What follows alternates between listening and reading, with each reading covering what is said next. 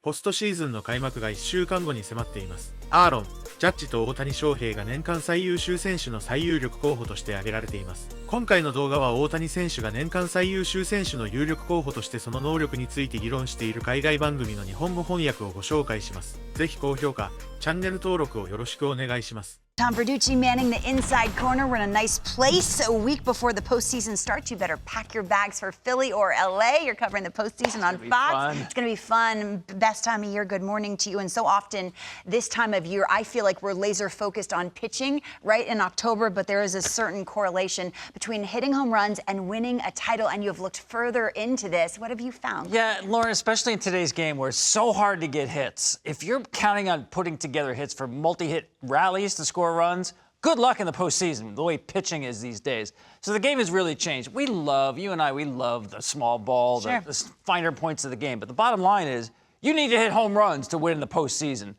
Looking back at the last 4 World Series champions, all ranked in the top 4 in home runs in Major League Baseball.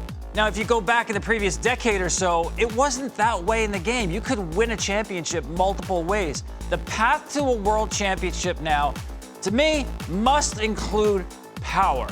And all these numbers show that. We look at the numbers for this year. The top 7 home run hitting teams are all, if not in the postseason, certainly contending going into the last week of the season.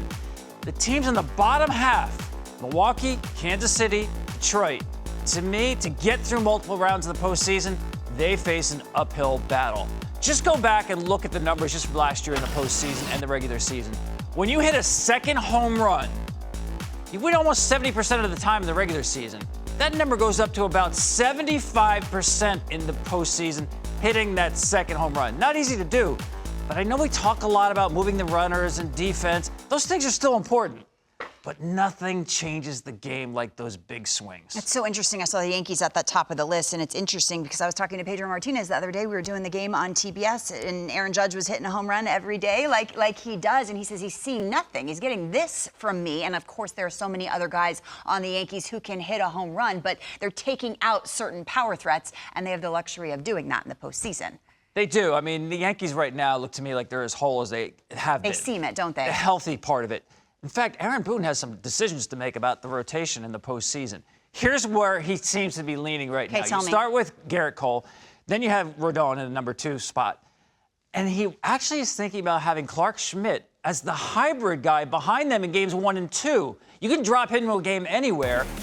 And if he's not used in those games 1 and 2, then he's your game 3 starter. And you say, well, what about Luis Gil? I mean, that guy could be the rookie of the year. He's got wipeout stuff. He can dominate a game. The problem with Gil versus Schmidt is Gil doesn't have the same fastball command. He doesn't have the same control. So it's difficult to drop him into a game and say with runners on base, even middle of the game, the way you can with Clark Schmidt. So Gil, to me, is pure starter. Schmidt is kind of that hybrid guy. Remember a couple of years ago, Alex Cora talked about his rover. Starting pitchers you could drop into a game in a postseason somewhere in the middle, even late. Schmidt's that guy.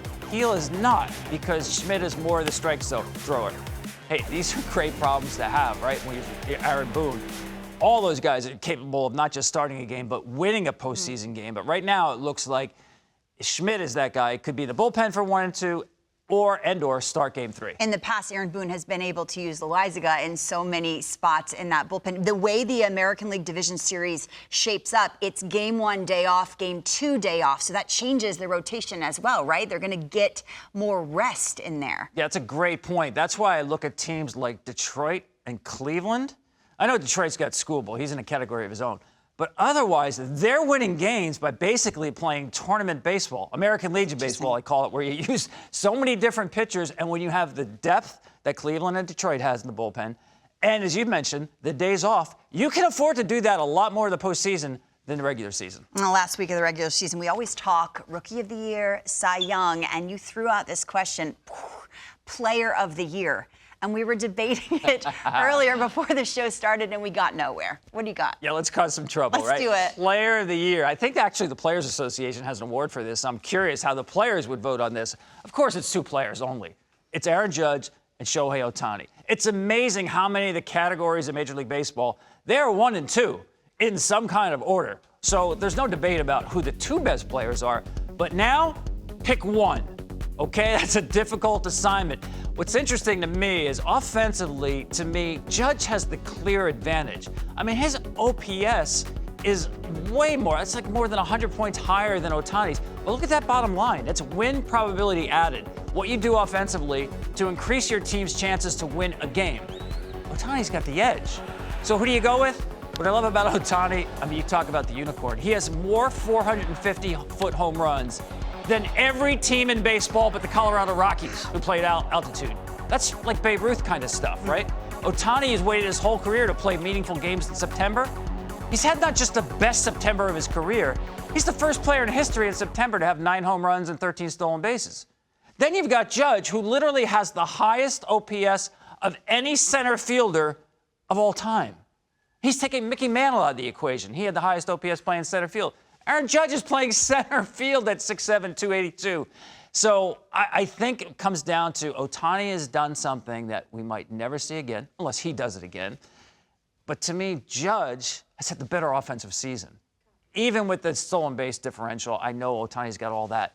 It's close, but I think Judge has got Wow, I think of Time Person of the Year. It's someone who's done something unprecedented. They both have. Gotta pick one. Gotta pick one. Fascinating conversation, Taverducci. Thank you so much. 今回の動画はいかがだったでしょうか。面白かったや参考になったという方はぜひ高評価、チャンネル登録をしていただくと今後の動画制作の励みになります。これからもわっしょい MLB では野球に関する動画を投稿してまいります。それでは次回の動画でお会いしましょう。ご視聴ありがとうございました。